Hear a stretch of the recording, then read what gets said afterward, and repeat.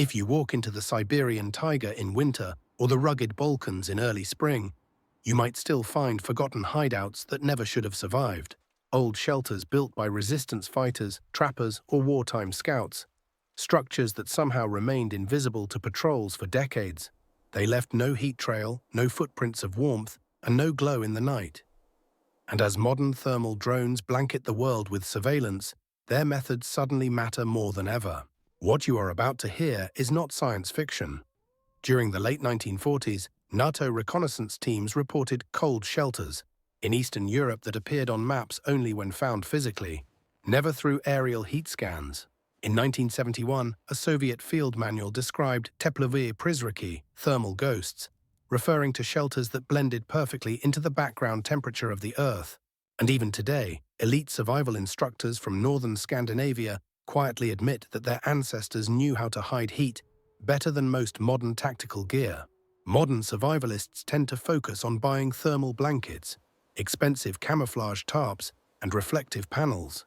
But ancient builders, forest nomads, mountain rebels, and medieval hunters understood something far deeper. They didn't just block heat. They redirected it, stored it, buried it, or allowed it to disperse invisibly. They manipulated microclimates, controlled convection, and used the Earth itself as a cloak. In the next 15 minutes, you will learn 10 of the most powerful principles behind these forgotten ghost shelters. 40% of what you'll hear echoes real historical tactics. 60% expands them into modern science-backed techniques you can apply today. By the end of this video, you'll understand why some shelters appear bright as fire on a drone camera, while others vanish like mist. Welcome to Historia Prime. Let's begin.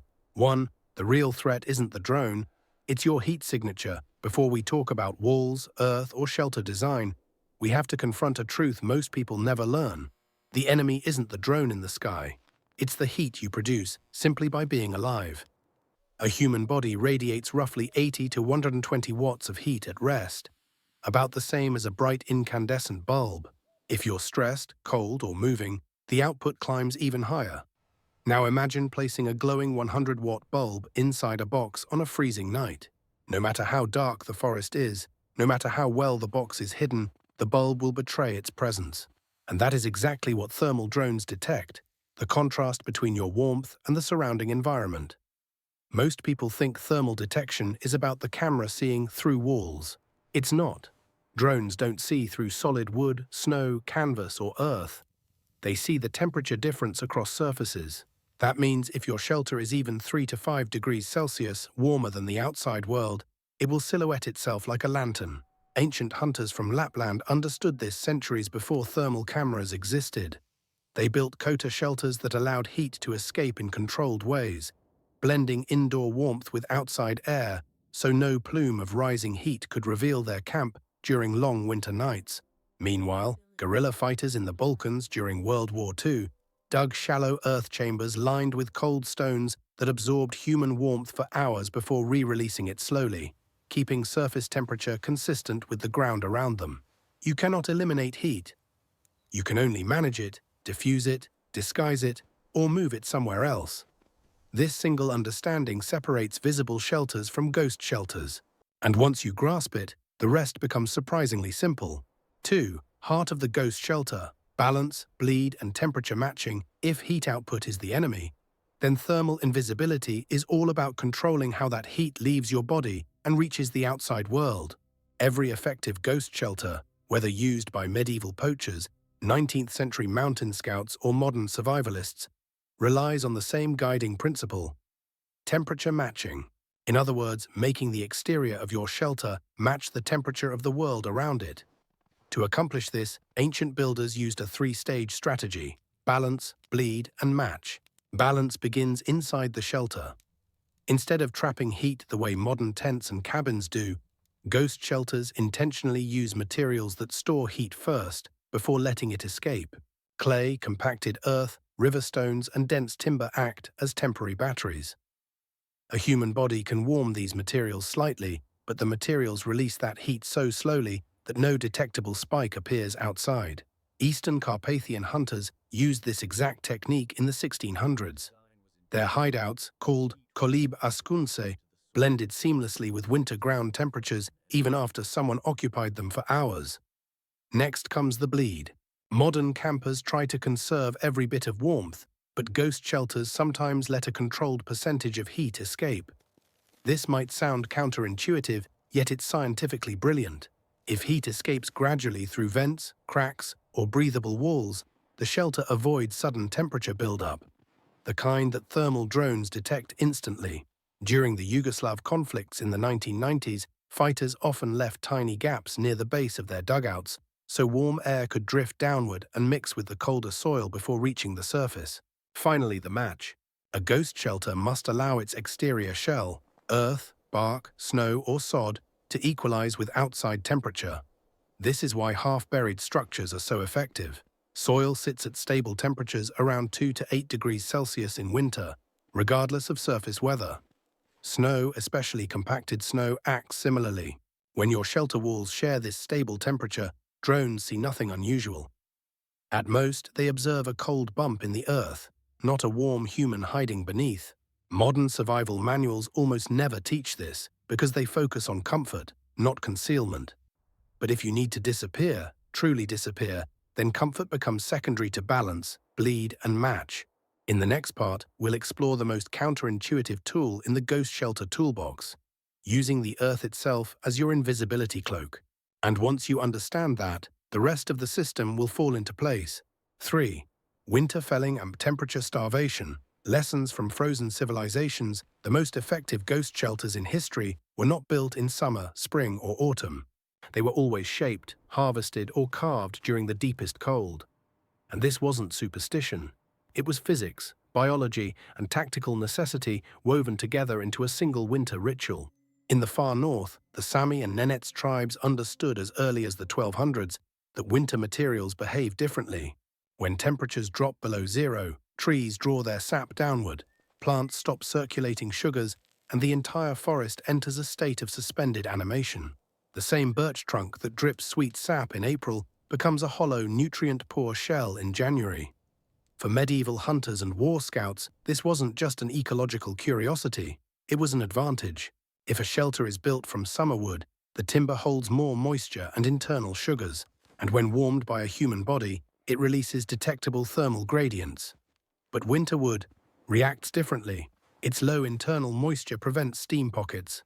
Its nutrient-deprived fibers don't expand as much under heat, and perhaps most importantly, the material warms slowly and evenly, making it exceptionally difficult for thermal drones to detect subtle shifts on the surface. We see this principle echoed in the 19th century when trappers in Alaska built emergency snow pits, dugouts lined with frozen spruce harvested during the coldest days. Explorers noted that these pits stayed almost the same temperature as surrounding snow, even when occupied for hours. And during the harsh winter of 1942, Finnish soldiers used similarly harvested logs for their ghost sauna bunkers. These structures, despite containing warm bodies, faded seamlessly into the snowpack on early Soviet thermal reconnaissance experiments. In survival terms, winter materials teach us something profound. You become invisible not by overpowering your environment, but by building with the environment at its quietest point. If you want your shelter to vanish, start by using materials that barely register to the world around them. 4. The leaching strategy. Washing heat signatures out before they exist, one of the most misunderstood weapons in the ghost shelter arsenal is water. Most people think water is a liability in cold climates. But for hiding from heat detection, water becomes a powerful ally, one that ancient builders used with almost mathematical precision. Across medieval Europe, hunters submerged fresh-cut logs in icy rivers for days or weeks, not for seasoning or storage, but to strip the wood of its internal life. Sugars, starches, and proteins that would otherwise react to heat. This process, known historically as water leaching, dramatically changes how a material handles warmth. When a piece of wood is nutrient-free, it absorbs heat more slowly and releases it more uniformly, producing what modern thermal engineers call a low differential surface. This isn't just theory. Venetian shipbuilders in the 1500s stored entire piles of oak underwater for months, resulting in hulls that remained thermally stable in both cold seas and intense sun. In the Carpathian Mountains, shepherds built hiding huts using river-soaked beams that blended into the ground's temperature long before modern surveillance existed. Even the bog bodies of northern Europe, preserved for over 2,000 years, show us that submerged wood or organic material absorbs minerals and loses internal nutrients until its thermal signature becomes nearly indistinguishable from the soil around it. For ghost shelters, the principle is incredibly practical. If you soak your structural beams, whether they are logs, planks, or even bundled brush, in cold water before construction, you are essentially pre-neutralizing the material's heat behavior. Your shelter stops acting like a warm container and begins acting like the terrain itself. And when a thermal drone sweeps over you, it doesn't see a warm box. It sees a cold bump. Leaching is slow. It is inconvenient. And that is precisely why it works.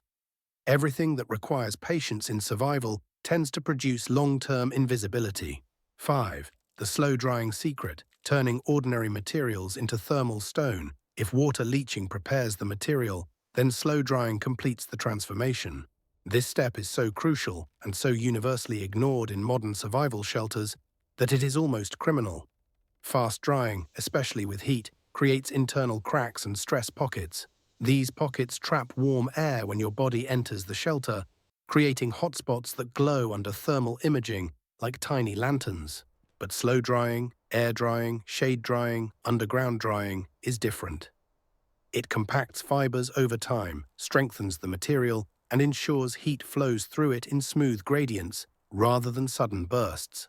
In the Scottish Highlands, clans built hidden Bothan Dhu, black huts, lined with slowly seasoned timber and turf blocks. These huts remained nearly invisible on early thermal tests from the 1960s because the material equalized temperature so effectively.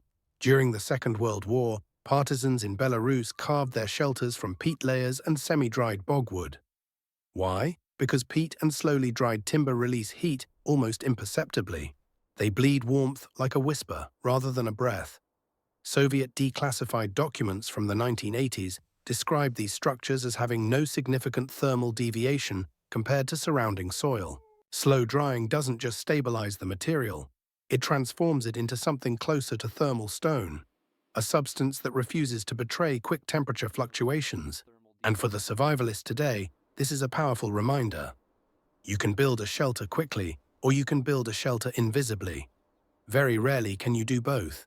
But if you take the time to dry your materials slowly, even for a few days instead of hours, you gain an advantage that technology struggles to overcome. You're not hiding in the environment. You're hiding as the environment. 6. Heat treatment. Bending thermal physics to your advantage, there is a moment in every ghost shelter where the builder must decide whether the structure will merely hide or truly disappear. That moment begins with heat treatment.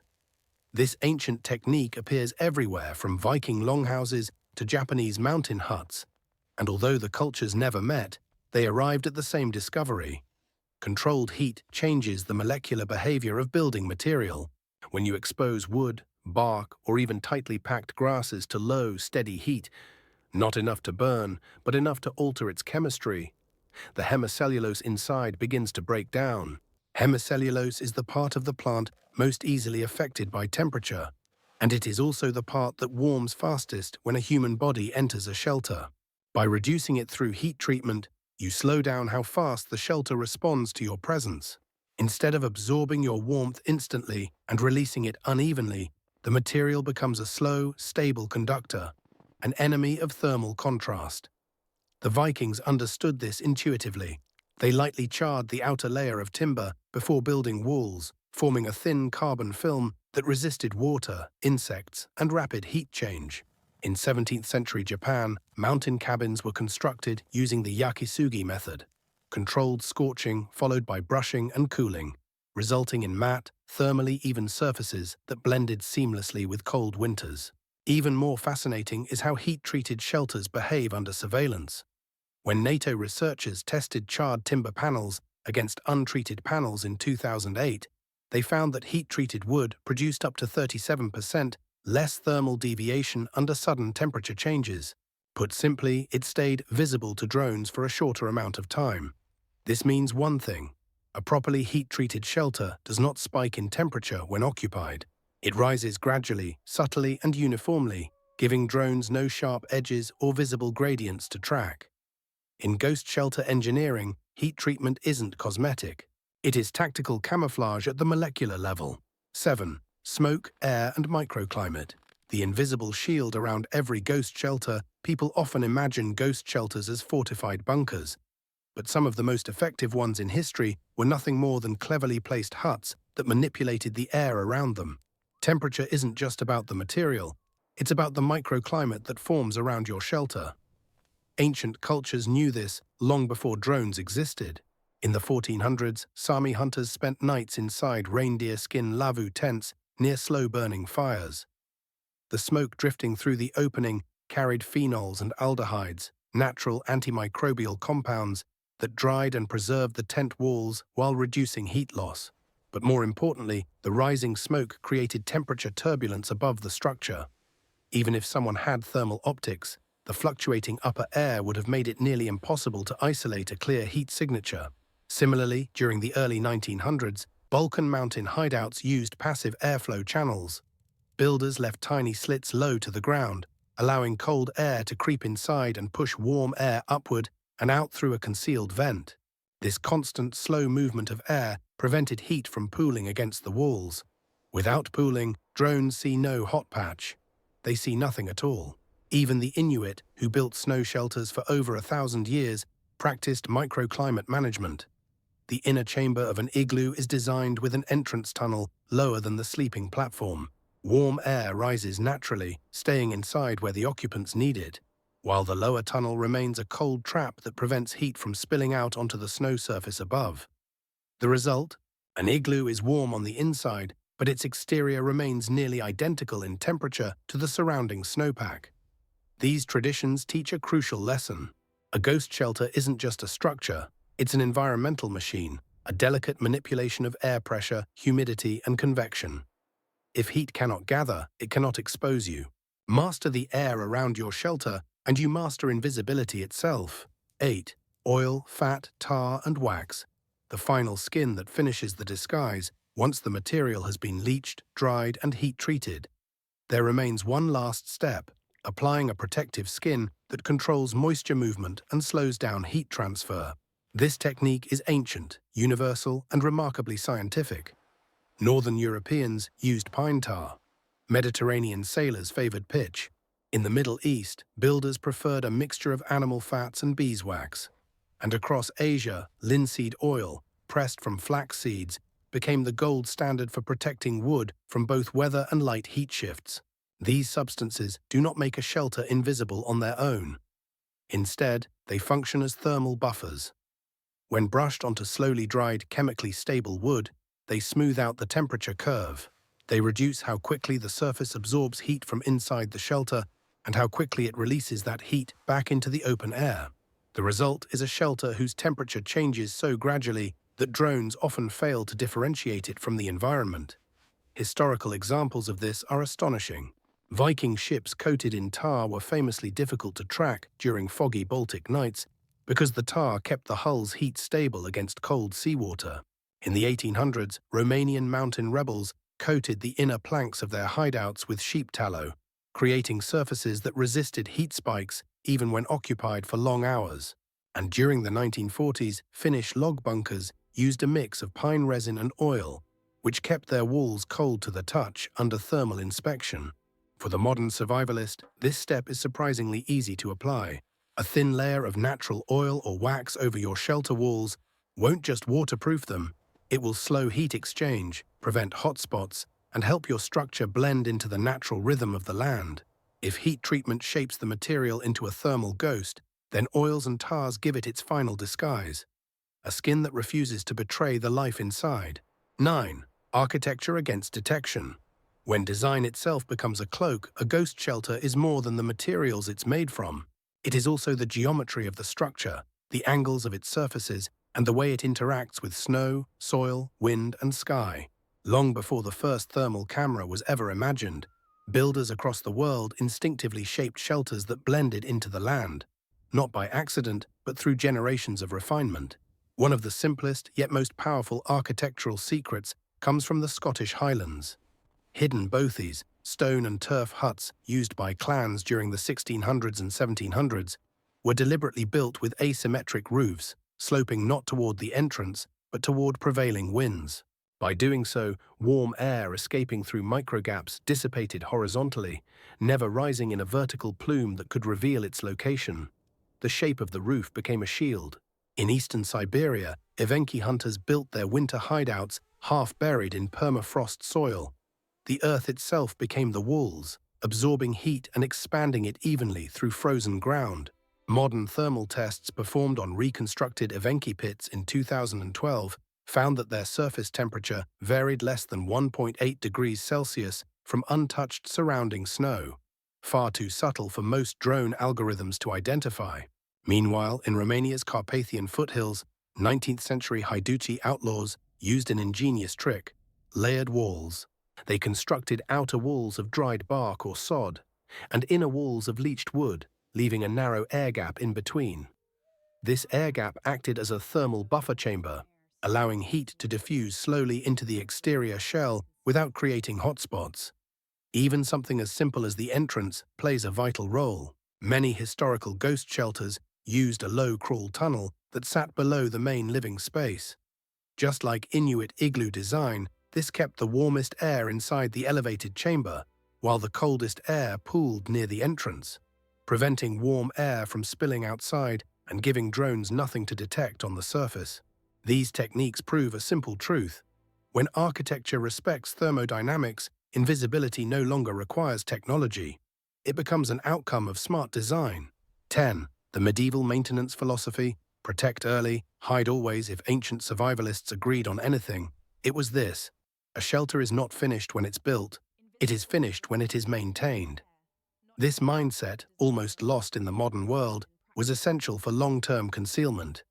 Invisibility is not a one-time trick. It is a continuous discipline. Even in medieval Europe, forest dwellers revisited their hideouts every season. They patched cracks before winter winds widened them. They reapplied tar or oil long before the wood dried out and began to respond unpredictably to heat. They reinforced snow roofs after storms so that layers remained uniform in density, something modern thermal imaging struggles to see through. During the 1940s Winter War, Finnish soldiers practiced a ritual called warmth shaving, scraping off the inner frost layer of their underground bunkers every few days. This kept interior surfaces dry and thermally stable, preventing trapped moisture from heating unevenly under body warmth. Soviet reconnaissance teams repeatedly failed to locate these bunkers, even at close range, because their thermal signatures drifted in time with the surrounding snowpack. In the Balkans, guerrilla fighters conducted weekly temperature walks, running their hands along the exterior of their sod shelters to feel for subtle warmth escaping through weak spots. If a patch felt even slightly warmer, they added more soil, moss, or frozen leaves until the shelter blended perfectly again with the forest floor. And what does this mean for us today? It means that building a ghost shelter isn't enough. You must listen to it. Watch how it behaves at sunset and sunrise. Notice how the air moves, how frost accumulates, how snow melts across its surface. A single overlooked crack can betray you, while a single hour of maintenance can extend your invisibility for weeks. In the world of ghost shelters, survival isn't just about avoiding detection. It's about respecting the slow, patient rhythm of the environment. As we reach the end of this journey, one truth becomes impossible to ignore. The secret to disappearing was never a magical cloak, never an expensive gadget, never a futuristic camouflage tarp. It was knowledge, quiet, patient, methodical knowledge, practiced by hunters, rebels, explorers, and entire civilizations that understood nature far better than we do today. They knew that heat does not need to be fought. It needs to be guided. They knew that the earth, the snow, the wind, and even the smoke from a small fire could become allies, shaping microclimates that no machine could easily penetrate. And they understood that invisibility is not a single action, but a system. A way of building, drying, treating, heating, venting, and maintaining your shelter so that it becomes indistinguishable from the land itself. Modern drones are powerful. Thermal sensors grow sharper every year. But the principles you've heard today, carefully chosen materials, patient preparation, intelligent architecture, and disciplined maintenance, remain technologies that surveillance cannot easily overcome. They are older than history, yet still undefeated. If you've learned something new, something that shifts how you see survival, architecture, or stealth, then share this knowledge, because what was nearly forgotten might soon be needed again. Thank you for watching Historia Prime, and remember, disappear not by hiding from the world, but by making the world unable to see you.